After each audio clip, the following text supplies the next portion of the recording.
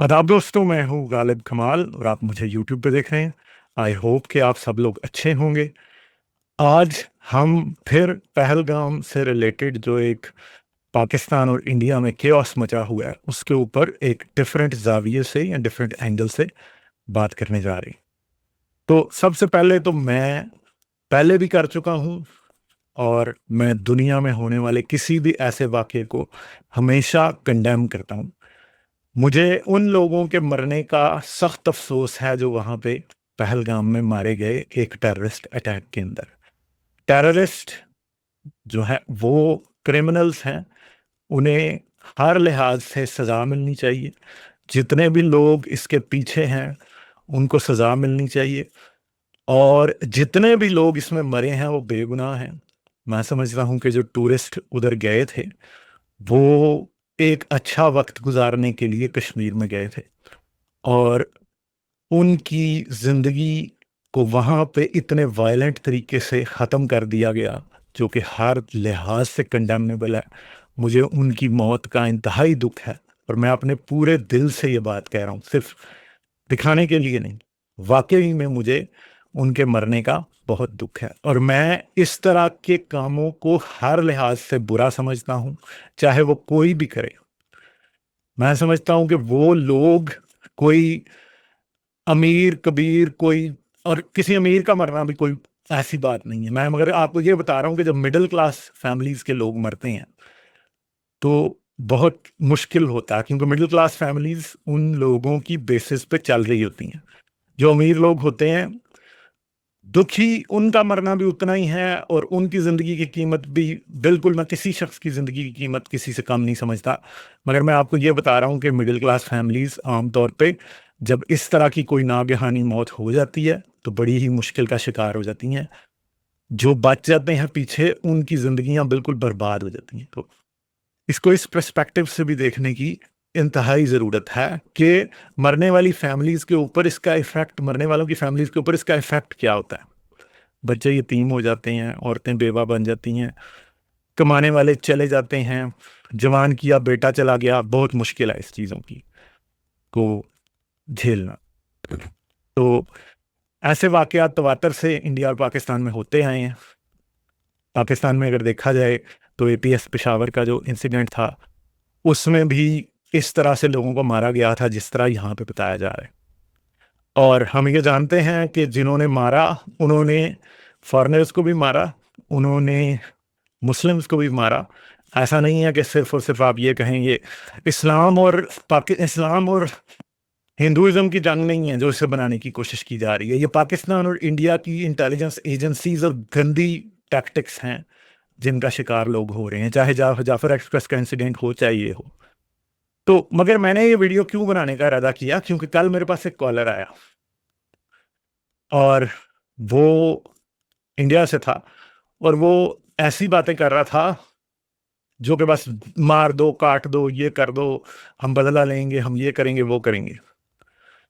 तो मैं उसे समझा रहा था, मगर वो नहीं समझ रहा था। तो फिर मैंने उससे पूछा कि चलें, फिर क्या करना चाहिए बताएँ? तो उसने कहा जी जंग करनी चाहिए और पाकिस्तान की आर्मी को ख़त्म कर देना चाहिए। और मैं इस बात से एग्री करता हूँ कि पाकिस्तान आर्मी के गंदे रोल को ख़त्म होना चाहिए। और मैं तो इस दुनिया में इस चीज़ में बिलीव करता हूँ कि इतना पीस होना चाहिए कि भाई मुल्कों को एक छोटी सी आर्मी हो बस, और कोई भी अपने मसले जंग के ज़रिए हल ना करे। ना किसी के पास न्यूक्स हों, ना किसी के पास टैंक्स हों। दुनिया बातचीत के ज़रिए, कानूनों के ज़रिए चीज़ों को हल करे। मैं तो ये कहूँगा कि ना पाकिस्तान के पास आर्मी हो, ना इंडिया के पास हो, ना न्यूक्लियर वेपन्स हो, ना अमेरिका के पास हो, किसी के पास भी ना हो। लोग समझ-बूझ से, अकल से मसलों को हल करें। मगर ज़ाहिर बात है दुनिया की रियलिटी इससे डिफरेंट है।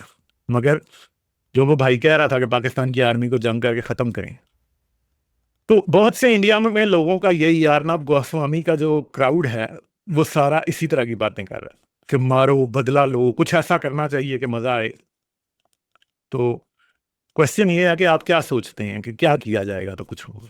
क्या जंग करने से पाकिस्तान की आर्मी या उनका रोल या टेररिज्म खत्म हो जाएगा पाकिस्तान से जंग करने से?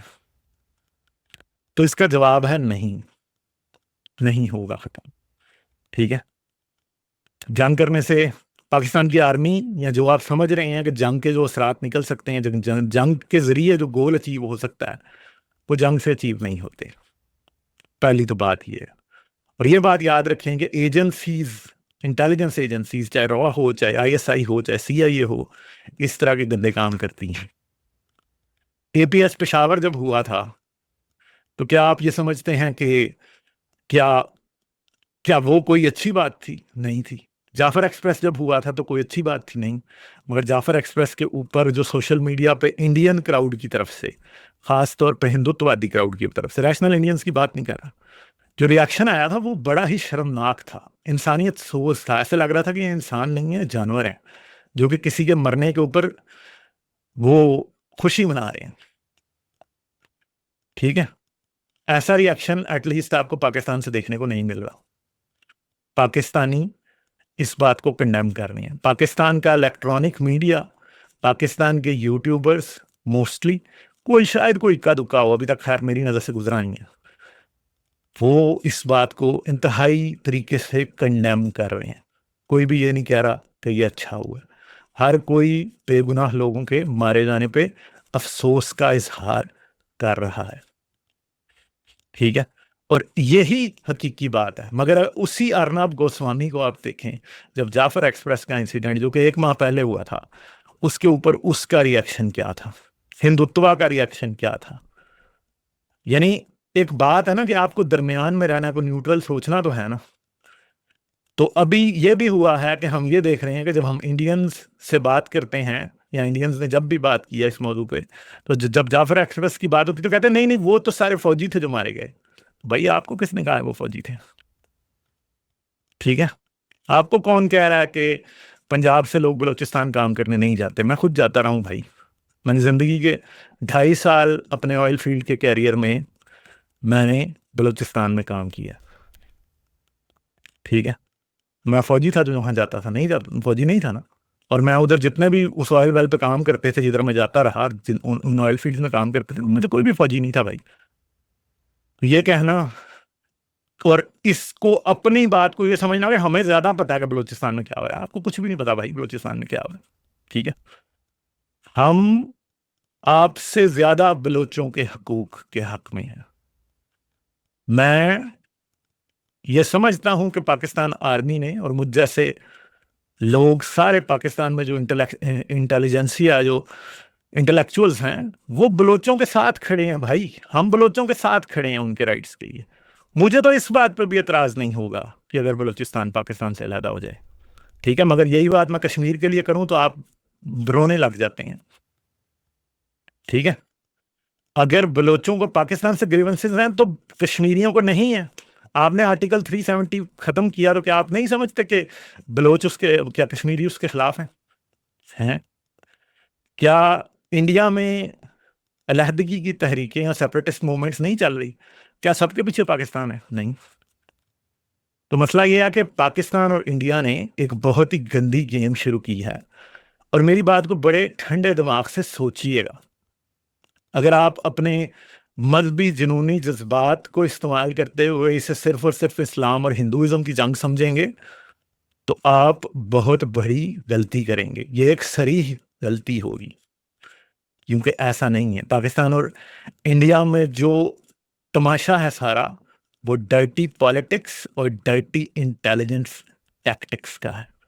और वो क्या है कि हम दोनों मुल्क एक दूसरे के नाराज लोगों को, एक दूसरे के ऐसे लोगों को जो कि हुकूमत से या सेंटर से या फेडरेशन से खुश नहीं हैं, एक दूसरे के खिलाफ इस्तेमाल करते हैं।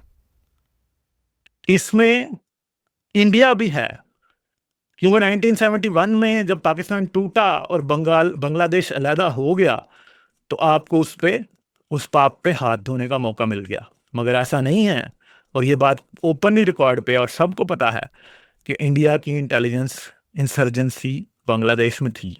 वो एक अलहदा बात है कि क्या मैं बांग्लादेश की अलहदा कंट्री होने के राइट को मानता हूं, या मैं समझता था कि पाकिस्तान को ऐसा मुल्क होना चाहिए कि जिसका एक विंग ईस्ट में होता है, या नहीं। मैं खुद इस बात के सख्त खिलाफ हूं और हमेशा से रहा हूं। ठीक है, क्योंकि ऐसा मज़ाहिया मुल्क नहीं बनना चाहिए था। सही है, मगर इंसर्जेंसी तो थी ना। आप ट्रेन तो कर रहे थे उन लोगों को, चाहे जो भी था, आप एक कंट्री के इंटरनल मामलात में दखल तो दे रहे थे, ठीक है, और आप बड़ी देर से दे रहे थे।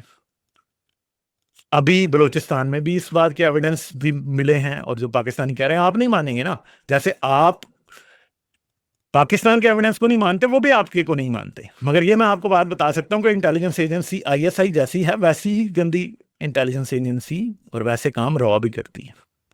तो ये दो इंटेलिजेंस एजेंसीज की आपस में लड़ाई है, ठीक है। मैं ये नहीं कह रहा कि ये इसके पीछे पाकिस्तान नहीं हो सकता है, मगर असल में जो ईगरनेस नजर आई है मोदी सरकार की तरफ से, वो इस बात पे नहीं है। वो इस बात को साबित भी नहीं करना चाहते कि इसके पीछे कौन था। ना वो आज तक पुलवामा का कुछ साबित कर पाए हैं, ना क्लियर सबूत दे पाए हैं, ना इसका दे पाएंगे, ठीक है।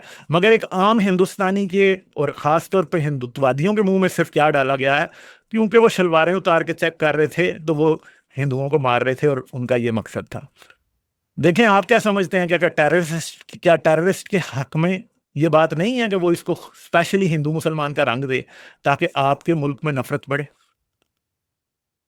कोई भी अगर टेररिस्ट होगा तो वो तो चाहेगा ना। आप क्या समझते हैं कि टेररिस्ट का मकसद सिर्फ उन 26 लोगों को मारना था? अगर आप ये समझते हैं कि टेररिस्ट का मकसद सिर्फ और सिर्फ उन 26 लोगों को मारना था और उसका कोई जायदाद का झगड़ा था उन 26 लोगों के साथ, तो आपसे बड़ा, मुझे अफसोस के साथ कहना पड़ेगा, आपसे ज्यादा सादा लोग फिर नहीं हो सकते।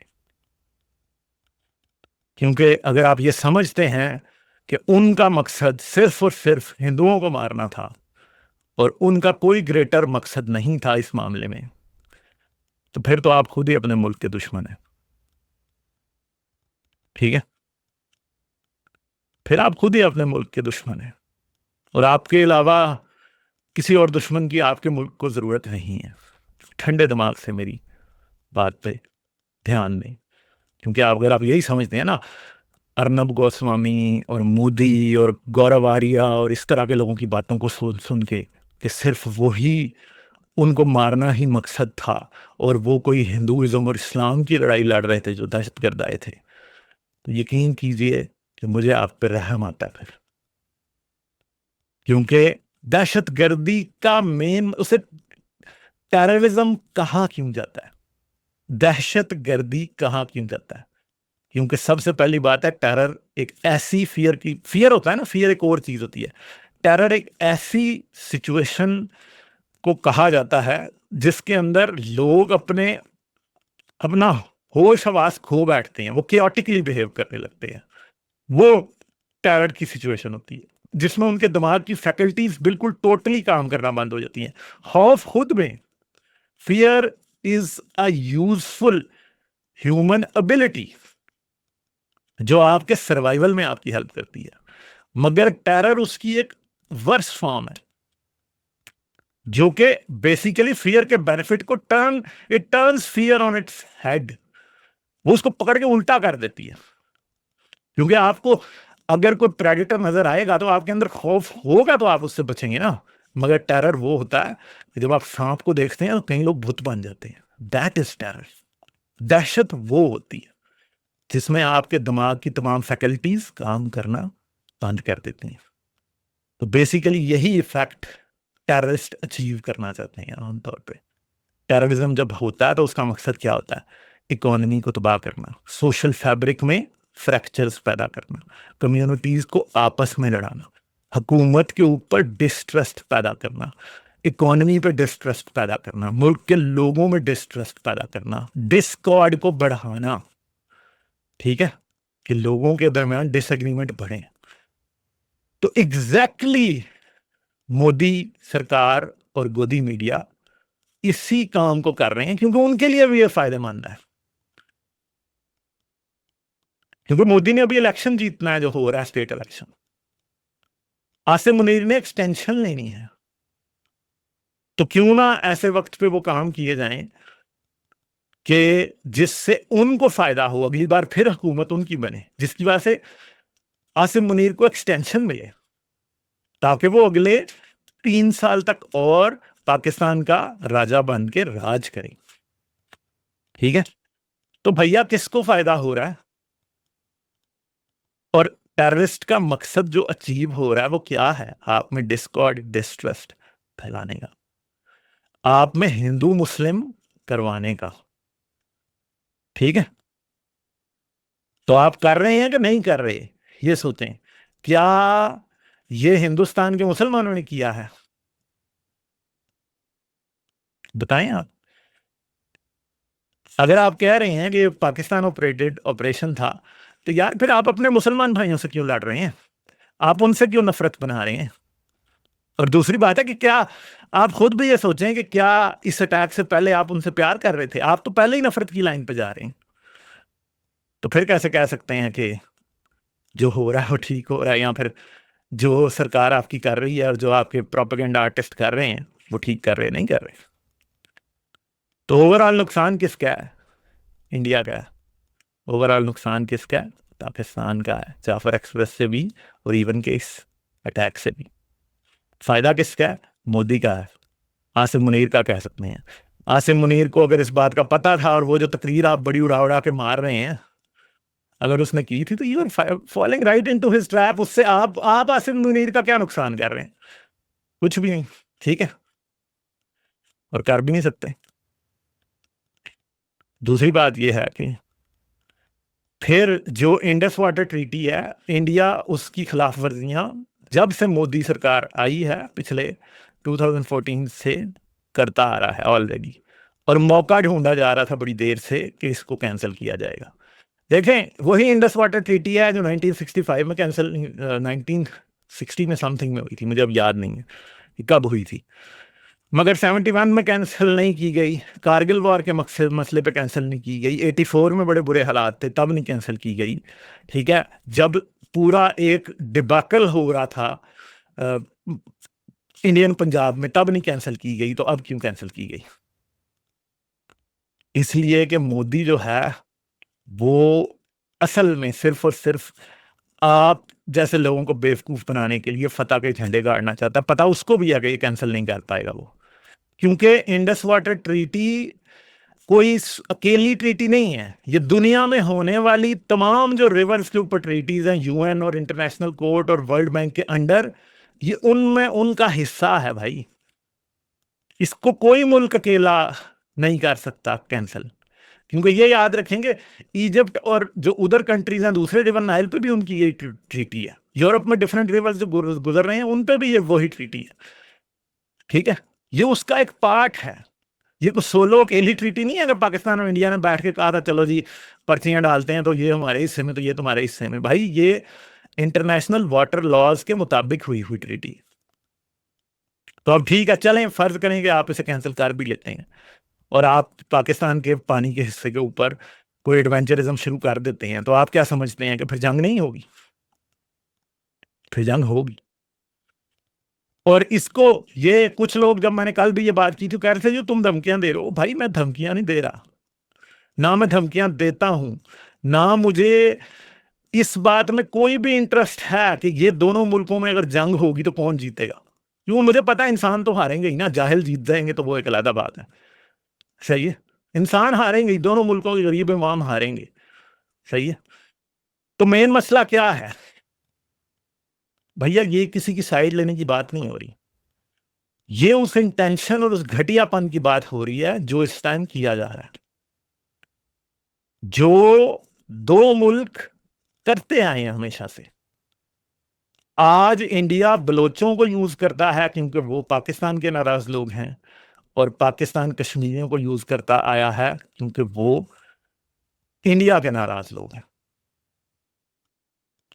और हम दोनों को नहीं पता कि अपने नाराज लोगों को राजी कैसे करना है। ना पाकिस्तान को पता है, ना इंडिया को पता है। आज ये हाल है आपका कि जब से ये पुलवामा हुआ था, तो तब आप कश्मीरी स्टूडेंट्स को जो इधर उधर पढ़ने के लिए पूरे इंडिया में गए थे उनको मार रहे थे, ठीक है?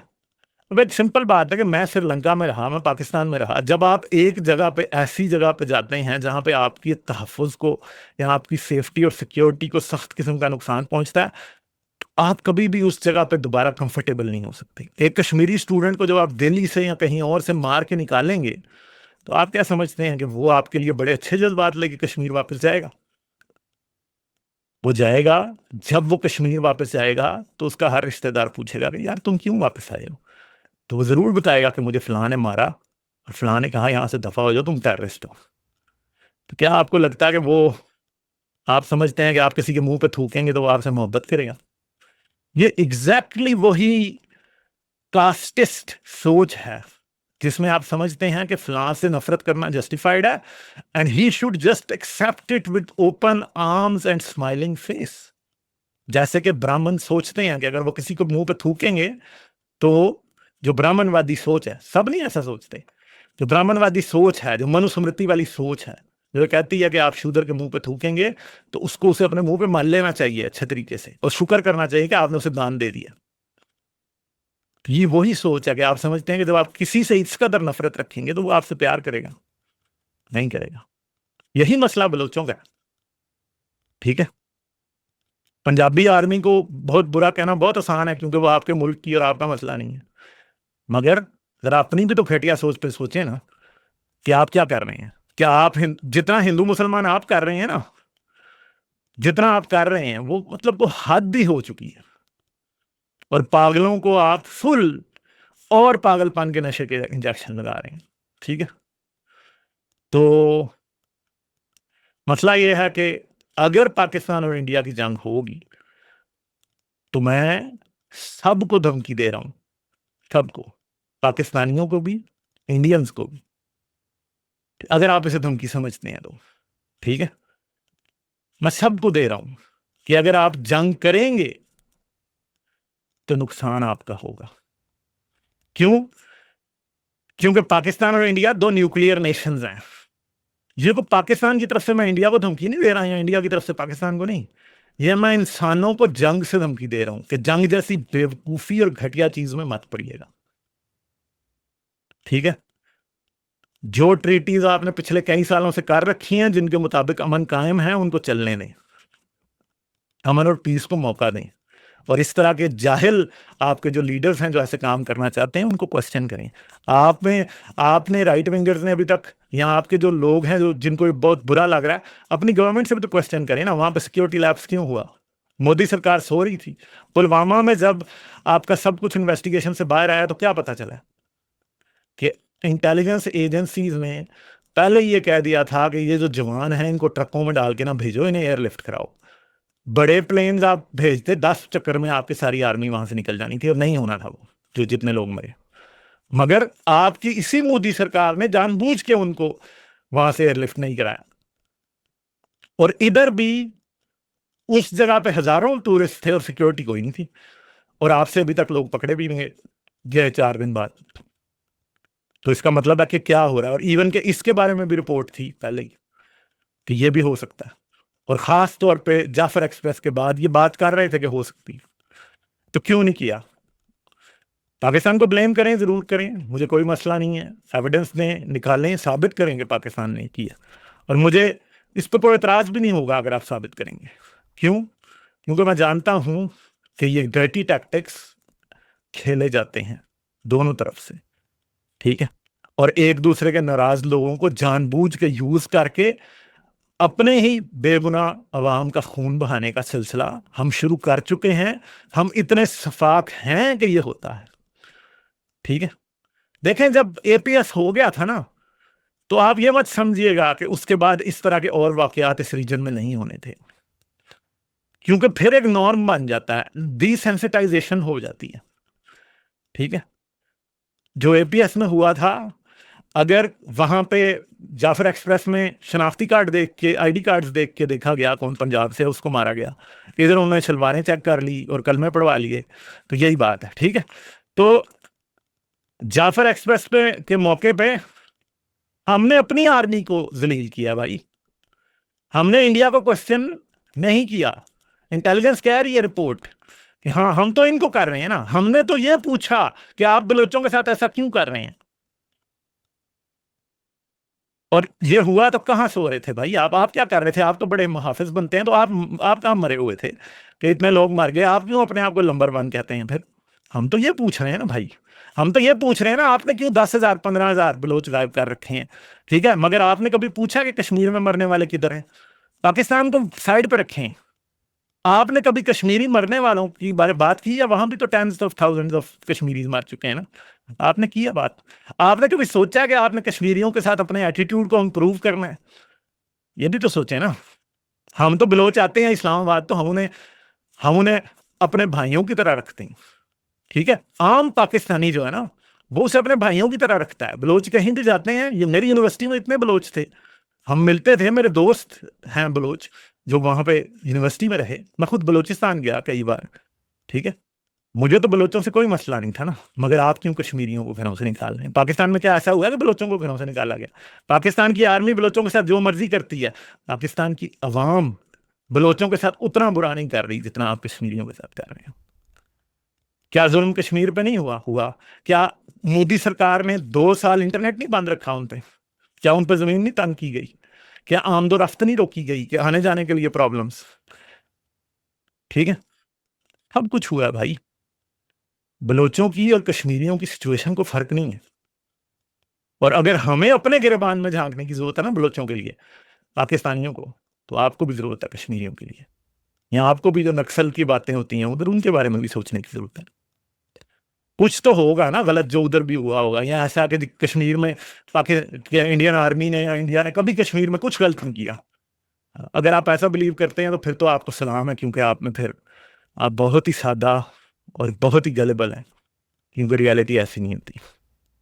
दुनिया में जब भी कहीं कोई आर्मी भेजी जाती है तो उसके हालात बुरे होते हैं। जितना पाकिस्तान की आर्मी का साइज है ना, उतनी आर्मी आपने कश्मीर में डिप्यूट कर रखी है बहुत लंबे अरसे से, ठीक है?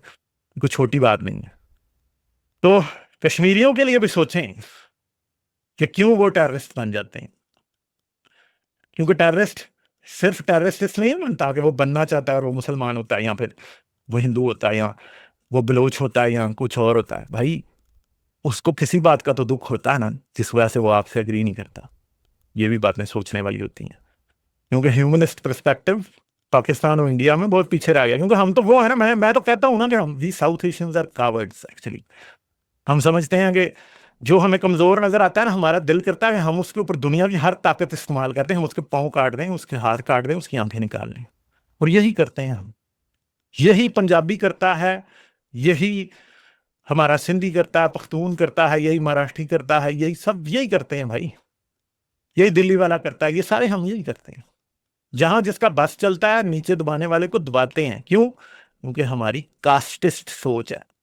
हम समझते हैं जो नीचे वाला है उसका फर्ज है कि वो हमें हमें सर पे बिठाए, हमें गॉड माने। ठीक है, ये मसला है। तो फिर मैं आपसे ये पूछता हूं कि अगर ऑल आउट वॉर हो जाए तो किसका फायदा होगा? जीतेगा कौन? ठंडे दिमाग से सोचिएगा। क्या ऑल आउट वॉर इंडिया जीत सकता है? फिर आपको लगने लग जाएगा वो गालिब तो धमकी दे रहा है कि नहीं जीत सकते। मियाँ, मैं आप सबको धमकी दे रहा हूं कि जंग कोई नहीं जीत सकता। क्यों? क्योंकि ये न्यूक्लियर पावर्ड कंट्रीज है। ना ये 1965 का पाकिस्तान है, ना 1965 का इंडिया है, ना ये 1971 का इंडिया है, और ना 1971 का पाकिस्तान है। ये बहुत डिफरेंट एनिमल्स हैं उस वक्त से। ये 1998 का पाकिस्तान और इंडिया भी नहीं है, क्योंकि उस टाइम हमने चांदी न्यूक्लियर वेपन्स बनाए थे। अब हम सैकड़ों जमा कर चुके हैं। अब हम एक दूसरे को टोटल सफाई हस्ती से मिटा सकते हैं। जब न्यूक्लियर वेपन चलेगा तो आप क्या समझते हैं कि वो ये पूछेगा पहले कि तुम हिंदू? वो भी आके शलवार चेक करेगा भाई? करेगा? बताएं मुझे। जब इंडिया से पाकिस्तान से जब न्यूक्लियर वेपन आएगा तो वो आके पहले शलवार उतारेगा और चेक करेगा कि ये हिंदू है, मुसलमान है, इसको मारना है। और जब इंडिया से जाएगा तो वो भी जाके शलवार चेक करेगा उतार के। बताएं मुझे, क्या आप इमेजिन कर सकते हैं ये न्यूक्लियर बॉम्ब आए आपके पास और पहले आप सबकी शलवारें उतरवा के चेक करे और उसके बाद मारे? यार, एक बात है ना, फर्ज करेंगे पाकिस्तान इंडिया पे एक न्यूक्लियर मिसाइल चलाए और न्यूक्लियर मिसाइल अपने टारगेट पे जाने के बजाय सियालकोट में गिर जाए, तो आपको क्या लगता है कि वो नहीं मारेगा लोगों को?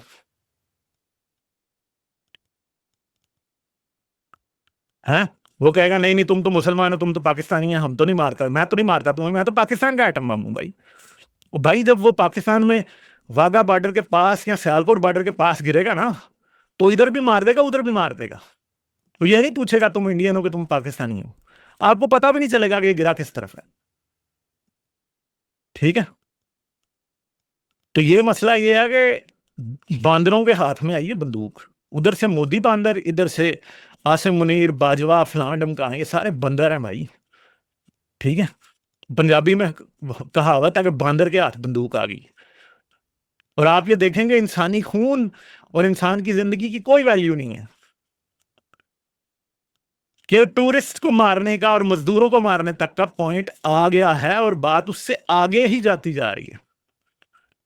ये टिट फॉर टैट कब तक चलता रहेगा? ये तब तक चलता रहेगा जब तक आप अपनी हुकूमत को नहीं पूछेंगे कि भाई तुम कहां मरे हुए थे जब ये लोग मार रहे थे, और तुम 1.5 घंटे तक लोग मरते रहे हो, तुम रेस्क्यू क्यों नहीं कर सके? तुम आर्मी को क्यों कम कर रहे हो? ठीक है, तुम्हारी फौज में क्यों ऑफिसर्स कम है? तुम्हारी फौज क्यों ओवर इस टाइम जो है ना वो ओवर एग्जैक्ट हो रही है इंडियन आर्मी? ये सारी बातें क्यों नहीं आप कर सके? सिक्योरिटी लैब्स क्या, जब आपके आपके आर्मी ऑफिसर्स पूरे नहीं होंगे और आपके आर्मी के नंबर्स पूरे नहीं होंगे तो सिक्योरिटी लैब्स नहीं होंगे? ये अपनी फौज से पूछें आप। ठीक है, मगर नहीं पूछ रहे आप तो पाकिस्तान को ब्लेम करके समझ रहे हैं कि सारे मसले पाकिस्तान को ब्लेम करने से हल हो जाएंगे। जरूर करें ब्लेम, मैं नहीं कह रहा कि नहीं करें, मैं ये भी नहीं कह रहा, लिटरली मैं ये नहीं कह रहा कि इसमें पाकिस्तान की इन्वॉल्वमेंट नहीं होगी, हो सकती है, 100% हो सकती है, मगर असूल की बात यह है कि पहले सबूत दिया जाए फिर बात की जाए। ठीक है, हमारे मुल्क में रोज आर्मी के खिलाफ एहतजाज होते हैं, हम करते हैं रोज, आर्मी आर्मी को मैं जलील करता हूं, मैं कहता हूं पाकिस्तान की आर्मी एक लानत है, ISI एक लानत है। मगर ये बात याद रखेंगे, आप जरूर अपनी गवर्नमेंट के बारे में ऐसे ओपिनियन नहीं रखते होंगे, मगर आप नहीं रखते और बहुत से लोग रखते होंगे, कश्मीर में लोग रखते हैं भाई। ठीक है, आप इस हकीकत को नहीं झुटला सकते। दुनिया का ये हक नहीं है, दुनिया का ये फर्ज नहीं है कि जो आपकी आइडियोलॉजी और जो आप जिसको मानते हैं वो उसको मान लें। ठीक है, लोग आपसे इख्तिलाफ कर सकते हैं, लोग आपकी इंडियन नेशनलिज्म से एग्री नहीं करेंगे, जैसे हम पाकिस्तानी नेशनलिज्म से एग्री नहीं करते। हम पाकिस्तानी डिसिडेंट्स हैं ना भाई, मैं हूं ना उनमें। ठीक है, इसी तरह आपके भी हैं जो आपकी आइडियोलॉजी से एग्री नहीं करते। वो आइडियोलॉजी से इस तरह एग्री नहीं करेंगे कि आप सिर्फ और सिर्फ जंग के तबल बजा दें और कुत्तों की तरह लड़ने के लिए तैयार हो जाएं। तो जी आप समझते हैं कि लोग लोग डर के everyone will fall in line. ये दुनिया की सबसे बड़ी स्टूपिड आइडियोलॉजी है कि लोगों को डरा के अपने साथ मिलाया जा सकता है या चुप करके बिठाया जा सकता है, कभी नहीं। जब आप डराते हैं ना तो चीजें आतिशफशां की तरह, वॉल्केनोस की तरह फटती। असल में मसला ये है। और दूसरी बात यह है कि अगर आप कि अब आप पिछले 15-20 साल से, एटलीस्ट पिछले 30 साल से अपनी अकल इस्तेमाल करते आए हैं या आपने हिस्ट्री को ऑब्जर्व किया, तो मुझे आप एक सिंगल कन्फ्लिक्ट का नाम बता दें जिसमें दो मुल्क किसी मसले पर लड़े हों। वर्ल्ड वॉर 2 से बाद, बल्कि उससे पहले भी लगा लें, पिछली आप 1000 साल की हिस्ट्री देख लें, जिसमें दो मुल्क आपस में लड़े हों और कोई मसला जंग से हल हो गया हो। मैं आपको चैलेंज कर रहा हूं, चैलेंज। ठीक है, कभी भी नहीं हुआ जंग से मसला हल, कोई मसला नहीं हल हुआ जंग से कभी भी। अमेरिका ने जितनी जंगें की वो हारा। कोल्ड वॉर वो क्यों जीता? कोल्ड वॉर वो इसलिए नहीं जीता कि वो मिलिट्री वॉर ही नहीं थी भाई। वो इसलिए जीता कि वो टेक्नोलॉजी और अलायंसेस और इकोनॉमी की जंग थी, वो साइंटिफिक प्रोग्रेस की जंग थी, इसलिए वो जीत गया। मगर उसके अलावा जितने भी मिलिट्री कैंपेन्स अमेरिका ने की, जो दुनिया की सबसे बड़ी सुपर पावर है, वियतनाम जैसे छोटे छोटे मुल्कों के साथ, अफगानिस्तान जैसे मुल्कों के साथ नहीं कामयाब हो पाया, क्योंकि ऐसे नहीं होता भाई।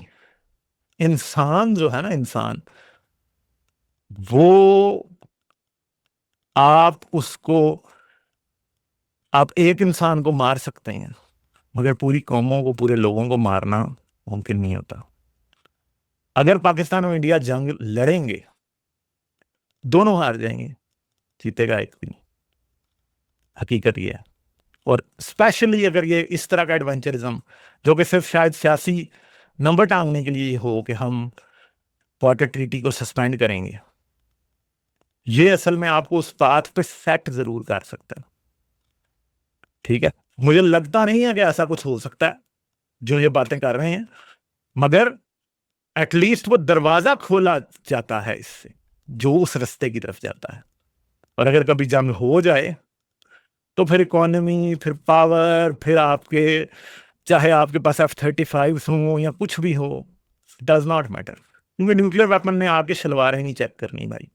कि कोई न्यूक्लियर वेपन नहीं चेक करना खतरा हुआ है कि नहीं हुआ, उसने तो मार देना भाई। The nuclear weapons don't care about your dicks at all, ठीक है, they circumcised or not, even if you have a dick or not, ठीक है। तो क्या है बात, ये बात याद रखें, पाकिस्तान एक लूजर मुल्क इसलिए है क्योंकि उसने वायलेंस और मिलिटेंसी की डॉक्ट्रिन को इस 21st सेंचुरी में अपनाए रखा। और याद रखें, जो भी मुल्क इसको अपनाएगा वो उसी जगह पे एंड करेगा जिधर पाकिस्तान ने एंड किया। पाकिस्तान सिर्फ उसी वक्त इंप्रूव कर सकता है जब वो मिलिटेंसी और वायलेंस की डॉक्ट्रिन को रिजेक्ट करेगा। और ये बात याद रखिएगा, अगर पाकिस्तान ने इस डॉक्ट्रिन को 70s और 60s में और 80s में अपनाया था, तो जो मुल्क इसको 2025 में अपनाएगा वो पाकिस्तान से ज्यादा बुरे हालात का शिकार जरूर होगा। ये मैं नहीं कह रहा, ये तारीख कह रही है। एक बात याद रखें, अगर 80s में मिलिटेंसी की सोच को फैलाने में 5 साल लगते थे, तो आज सोशल मीडिया और इंटरनेट के दौर में इसको फैलाने में 5 माह लगते हैं। 5 मंथ्स में उतनी नफरत आप फैला सकते हैं, 5 मंथ्स भी नहीं शायद, जितनी आपको उतने टाइम में लगती थी तब। तो अमन की बात होनी चाहिए, अपनी गवर्नमेंट से क्वेश्चन करें। और हम पाकिस्तान में दिन रात अपनी फौज को, अपनी स्टैब्लिशमेंट को जुतियां मारते हैं कि ये बकवास बंद करो, इंडिया से दोस्ती करो, डायलॉग के टेबल पे बैठो, चीज़ों को आगे लेके चलो, हमें बेवकूफ़ ना बनाओ, हमें जोश दिला के ये मत बताओ इंडिया के खिलाफ हमारे खून मत गरमाओ, हमने नहीं करना है। पाकिस्तानी, मैं उस पर भी बात करते हैं, पाकिस्तानी अपनी फौज का और अपने मुल्क का मजाक उड़ा रहे हैं उस दिन से जिस दिन से आप हमें धमकियां दे रहे हैं जंग की और बॉर्डर ट्रीटी करने की। क्यों? क्योंकि पाकिस्तानियों को ये बात समझ आ गई है कि ना ये हमारे दोस्त हैं और ना वो हमारे दोस्त हैं। उन्हें ये बात समझ आ गई है कि हमारे भले का किसी को भी कोई परवाह नहीं है। मगर आपको पता नहीं ये बात समझ आएगी कि नहीं। मैं एज ए भाई, एज ए दोस्त आपसे ये बातें कर रहा हूँ। मुझे इंडिया से या पाकिस्तान से या दुनिया के किसी मुल्क से या किसी मजहब के लोगों से कोई नफरत या कोई दुश्मनी नहीं है। मैं ये चाहता हूं कि सब इंसान अमन से रहें, ठीक है, सही है। तो सिंपल बात है, आप अपनी जिंदगी पे भी गौर करें, जितने आप लोग बैठे हैं। आप मुझे ये बात बताएं कि आपने अपनी जिंदगी का कौन सा मसला आज तक, अपनी जिंदगी का कोई मेजर मसला लड़ाई से हल किया? क्या ऐसा हुआ है कभी कि आपको अपने भाई से किसी से इख्तलाफ था तो आपने बॉक्सिंग का मैच करके उससे आधे घंटे एक दूसरे की मुंह की हड्डियां तोड़ के, दांत तोड़ के आपने जायदाद का मसला सॉल्व कर लिया? या आपको अपनी बहन से कोई लड़ाई थी तो आप हंटर ले आए और उसे मार मार के उससे आपने हल करा लिया? आपके पड़ोसी से आपको कोई मसला था तो आप क्लाशनकोफ ले गए और गोलियां चलाने के बाद आपने जो भी आपका लैंड डिस्प्यूट था, कुछ था, वो हल कर लिया? कोई एक मिसाल अपनी जिंदगी से सोच के बताएंगे कि कौन सी जगह पे कोई ऐसी चीज थी जो आपने वायलेंस और लड़ाई और जंग के जरिए हल की है अपनी पर्सनल लाइफ में। आपने कभी किसी को थप्पड़ भी मारा है, ठीक है, या थप्पड़ सिर्फ खाए ही हैं? और अगर आपने सिर्फ थप्पड़ खाए ही है ना और अब आपका दिल कर रहा है कि पाकिस्तान से जंग हो जाए, तो ये तो भाई पैसिव एग्रेशन है ना। या आप जो अपनी जिंदगी की बेबसी है, आप ये चाहते हैं कि कोई हीरो आपके लिए आ जाए और आके जिसको आपने अपना दुश्मन आइडियोलॉजिकली मान लिया उसको तबाह कर दे तो आपकी रूह को सुकून मिल जाएगा। इसका मतलब है कि आपके अंदर बहुत गुस्सा है, ठीक है। और मैं जानता हूं कि हम साउथ एशियंस कावर्ड इसलिए हैं क्योंकि हम बेबस हैं। हम अपने ऊपर वाली सोसाइटी की लेयर्स के लोगों से लड़ भी नहीं सकते कभी। हम हर जगह पे अब्यूज होते आए हैं, हमारे हकूक हमसे छीने जाते आए रहे हैं और हम कभी भी फाइट बैक नहीं कर पाए। इसलिए हमें लगता है कि पाकिस्तान से जंग करके तोप के गोले चला के शायद हमें विक्ट्री मिल जाएगी। क्यों? क्योंकि हम वैसे तो जिंदगी में कभी पर्सनल लाइफ में जीते नहीं हैं, क्योंकि हर बदमाश ने हमें हराया है, हर एक ने हमें ठुड्डे मारे हैं, हर एक ने हमारे मुंह पे थूका है।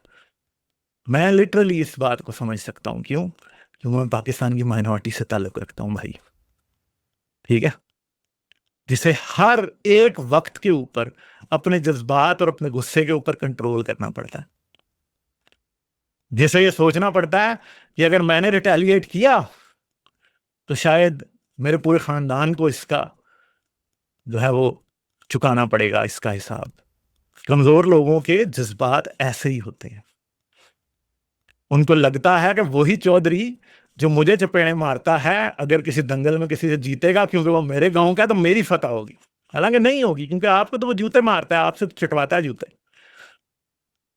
ये पैसिव एग्रेशन है, बेसिकली कावर्डिस है। मैं इस कावर्डिस का जब वर्ड यूज करता हूं, मैं एज ए नफरत यूज नहीं करता, मैं एज ए साइकोलॉजिकल डायमेंशन के तौर पे, साइकोलॉजिकल कंडीशन के तौर पे इसे डिस्कस करता हूं। क्योंकि हम वो लोग हैं जो नाइंसाफी के खिलाफ हर वक्त अपने अपने मुंह के ऊपर टेप लगा के खड़े हैं।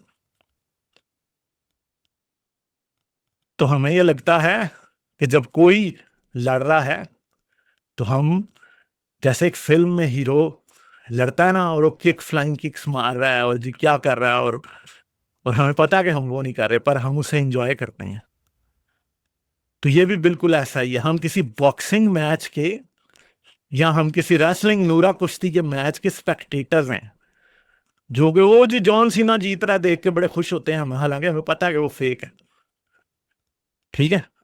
तो ये वो फीलिंग है, ये बेबसी और लाचारी की वो फीलिंग है जो हमें इस तरह बनाती है कि हमें लगता है कि मोदी जीत जाएगा, आसिम मुनीर जीत जाएगा, फलां जीत जाएगा, फलां कंट्री जीत जाएगा, फलां फलां की ऐसी तैसी कर देगा, तो मेरे दिल को सुकून मिलेगा। क्यों? तो मैं तो जिंदगी में कोई जंग जीत नहीं पाया ना। मैं तो अपने पर्सनल स्ट्रगल्स में हर जगह कॉम्प्रोमाइज ही करता आया हूं भाई, ठीक है। तो ये याद रखें कि इस तरह की एग्रेशन, ये पैसिव एग्रेशन है कि आप जिंदगी पूरी अपने ऊपर कंट्रोल करते आए, मगर आपको आपको पता है कि मतलब तो ये सोच इतनी डीप है कि इसके ऊपर बात करनी शुरू कर दी जाए तो कहां जाती है। इन सेल्स जो हैं वो एंटीट्रेट को क्यों पसंद करते हैं? वो इसीलिए पसंद करते हैं कि वो कभी एंटीट्रेट नहीं बांध सकते, मगर उनकी फैंटेसीज में कहीं वो एंटीट्रेट जैसा होना चाहते हैं, ठीक है। यही मसला हमारा है, हम सब का, कि हम सब ये समझते हैं कि हमने तो अपनी जिंदगी में रोज जाके अपर कास्ट से जूते खाने हैं। मैं चूड़ा हूं, मुझसे उसने झाड़ू फिरवाना है और मुझे रोज उसने गाली देनी है। मैं मुसलमान हूं तो उसने मुझे काटवा कहना है, फलां कहना है, ढुमका कहना है, और मुझे उसने बुरा कहना है। मुझे उसने इंडिया का सिटीजन नहीं मानना, जैसे लिटरली आप नहीं मानते ना। आप तो हर वक्त अपने मुल्क के लोगों से ये डिमांड करते हैं कि वो इंडियंस हैं कि नहीं। आप लॉयल्टी का सबूत हर वक्त मांगते हैं। क्योंकि प्रॉब्लम यह है कि आज आप अपने इंसान होने का सबूत, बराबर इंसान होने का सबूत कभी भी अपने से ऊपर वाली क्लासेस को कभी नहीं दे पाए, ठीक है। ये कावर्डस है हमारी, ये हमारी एक मेंटल कंडीशन है, ये हमारी सोशल कंडीशनिंग की गई है, जिसके मुताबिक हमें बुजदिल बनना सिखाया गया। हमारे माँ बाप हमें कहते हैं कि फलां से पंगा ना लेना, फलां से पंगा ना लेना, फलां ना करना। क्यों? क्योंकि उन्हें पता है कि यार ये सर्वाइव तभी कर पाएंगे जब ये कावर्ड होंगे,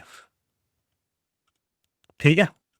और फिर क्या होता है, फिर हम पूरी कौमें, हम लोग ऐसे हैं साउथ एशियंस कि हम ये समझते हैं कि जग्गा बदमाश, ठीक है, वो जो है ना वो हमारा लीडर होगा और वो हमारे लिए बदमाशी करेगा, हम उसे फॉलो करेंगे। हम इसलिए हमेशा टायरेंट्स को और डिक्टेटर्स को मानते आए हैं। इंडिया जो कि दुनिया की सबसे बड़ी डेमोक्रेसी है, वो बेसिकली उस सारी डेमोक्रेटिक और सेकुलर वैल्यूज को तोड़ने के दर पे हो चुका है। और मसला ये है, अफसोस ये है कि इंडियंस इस बात को सोच नहीं रहे। पाकिस्तान देखें, मैं Pakistan is a lost cause यार। पाकिस्तान को तो अगर अब करना है तो सिर्फ इंप्रूव ही करना है भाई। मगर मसला यह है कि आप दो टांगों से नहीं, चार टांगों से भाग के उधर जा रहे हैं जहां पे पाकिस्तान ऑलरेडी खड़ा है और उसकी लाश जल रही है, जहां पे चिता जलाई जा रही है ना, जहां पे पाकिस्तान, वहां पे आप जा रहे हैं, ठीक है। तो सोचें इन बातों को, इसमें इन बातों को ठंडे दिमाग से सोचें। मैं आपका दुश्मन नहीं हूं, मैं किसी का दुश्मन नहीं हूं भाई। मुझे हर इंसान के खून का उतना ही दुख होता है जितना किसी और का होता है, जितना अपना होगा। क्यों? क्योंकि मैं जानता हूं, मैं इंसानियत को बुरा नहीं समझता भाई, मैं ये समझता हूं कि हर इंसान अच्छा होता है। कंडीशनिंग, मुश्किलें, परेशानियां, तकलीफें, बेबसी उसको वो बना देती है जैसा वो होता है। चाहे वो पाकिस्तानी हो, वो इंडियन हो, वो श्रीलंकन हो, वो अमेरिकन हो, चाहे वो दुनिया के किसी भी मुल्क का कहीं का भी इंसान हो।